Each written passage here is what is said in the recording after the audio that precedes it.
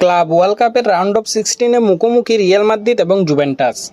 Italian old লেডিরা knockout পর্বের প্রথম রাউন্ডেই মুখোমুখি হবে স্প্যানিশ জায়ান্টদের। আজ আরবি সালজবার্গকে 3-0 গোলে হারিয়ে গ্রুপ এইচের চ্যাম্পিয়ন হয়ে যায় Real Madrid.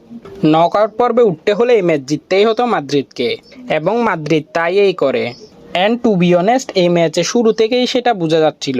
Madrid easily control করছিল পুরো ম্যাচকে।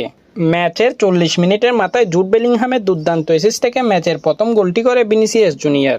তার ঠিক কিছুক্ষণ পরে ভিনিসিয়াসের দুর্দান্ত এক অ্যাসিস্ট থেকে ম্যাচের দ্বিতীয় গোলটি করে ফেদেরিকো ভালভার্দে, এবং মাদ্রিদ ফার্স্ট হাফ শেষ করে 2-0 গোলে এগিয়ে। এরপর ম্যাচের শেষ দিকে মাদ্রিদের নতুন ইয়ং স্ট্রাইকার গোঞ্জালো গার্সিয়ার গোল থেকেই 3-0 গোলে ম্যাচটি জিতে নেয় মাদ্রিদ, এবং এই পুরো ম্যাচে দুর্দান্ত পারফর্ম করে ভিনিসিয়াস জুনিয়র, করে 1 গোল ও 1 অ্যাসিস্ট।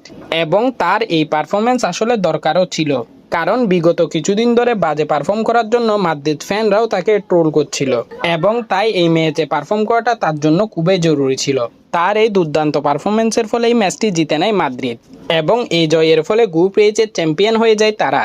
গ্রুপ পর্বের প্রথম ম্যাচে আল হিলালের সাথে ড্র করলেও পরবর্তী 2 ম্যাচ জিতে 7 পয়েন্ট নিয়ে গ্রুপ পর্বের চ্যাম্পিয়ন হয়ে যায় কাতালান জায়ান্টরা, এবং তারা নকআউট পর্বে মুখোমুখি হবে গ্রুপ জি এর রানার আপ জুভেন্টাসের সাথে, যারা নিজেদের প্রথম 2 ম্যাচ জিতলেও গতকাল ম্যান সিটির কাছে হেরেছে 5-2 গোলে।